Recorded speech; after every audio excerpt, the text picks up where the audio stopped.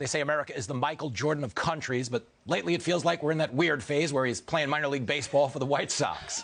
But if anyone can help us go pro again, it is my next guest, who's a five-tool player if ever there was one. He does radio, he does TV, he's even done time. And we are pumped to have the host of the Carton Show on Fox Sports 1, the incomparable Craig Carton, with us tonight. And listen to the crowd come alive. My man, good to see you. I didn't know that doing time was one of the 5 tools. That's a tool. I was hoping I had 6. Yeah, well, if you want to sneak out, like Shawshank style, there was a tool involved. Yes, Andy Dufresne crawled through a mile of you-know-what. Craig Carton, the Andy Dufresne of sports media. That's the one nickname they haven't given you. One quick thing, okay? You do the Carton Show on FS1. We watch it here. Okay, but you've also done radio, I mean, everywhere, but in big cities, Denver, Philly, Cleveland, Buffalo, of course, New York City. Yep. Which city has the most psychotic sports fans?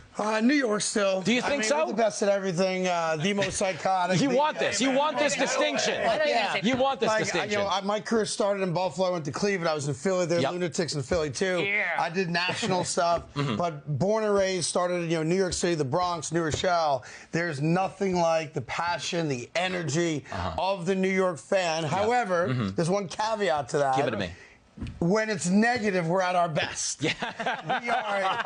we are the best negative sports town in all of America. So answer me this question then as a Met guy, because that's why I think when it comes to negative and you guys peaking in that environment, is being a Mets fan just a thinly veiled way of going to the dominatrix?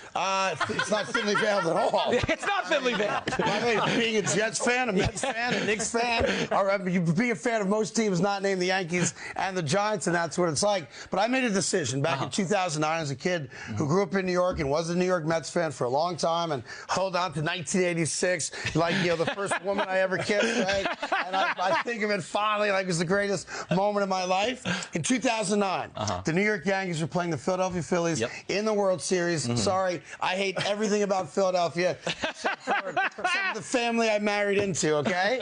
And I started a church. Yes. Much like Scientology, but cooler. Okay. And my church was Mets fans for Yankees. Oh, I love that. And I became the most fugazi Yankee fan in America because I couldn't stand to watch Philadelphia win a World Series. And frankly, it's blossomed from there. Our pews are filled every Sunday. Pastor. But you did it you did it extra trolly because you have a working sports knowledge. Like we as a sports guy, like we've met those bandwagon Yankee fans who are like, Bob Mattingly was my favorite player.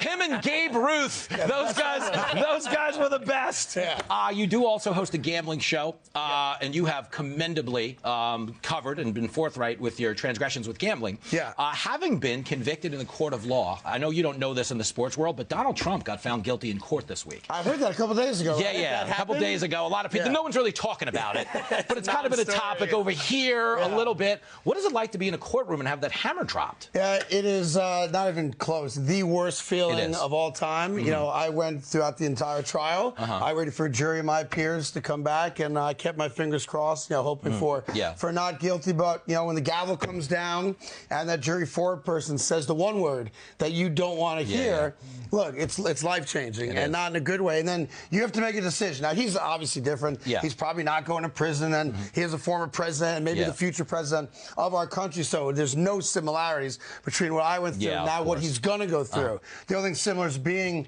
in a courtroom in Lower Manhattan and hearing a jury, a person say, guilty as opposed to not guilty. But for me and many people that were in my position, you now have to make a life decision. It can swallow you up and define you for the rest of your life. And to some people, that's how I will be defined. I got to own that.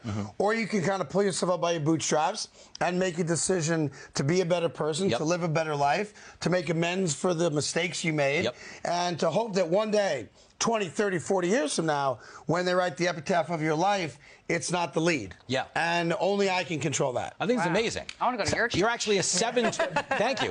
That was a great sermon. Actually, he's actually a 6th tool. He's now a campaign strategist for Trump. There you go. One more blast from the past question. This is the only one I have. If the Carton family was going away on a well-deserved summer vacation, who do you trust to watch the house, Mike or the bad dog?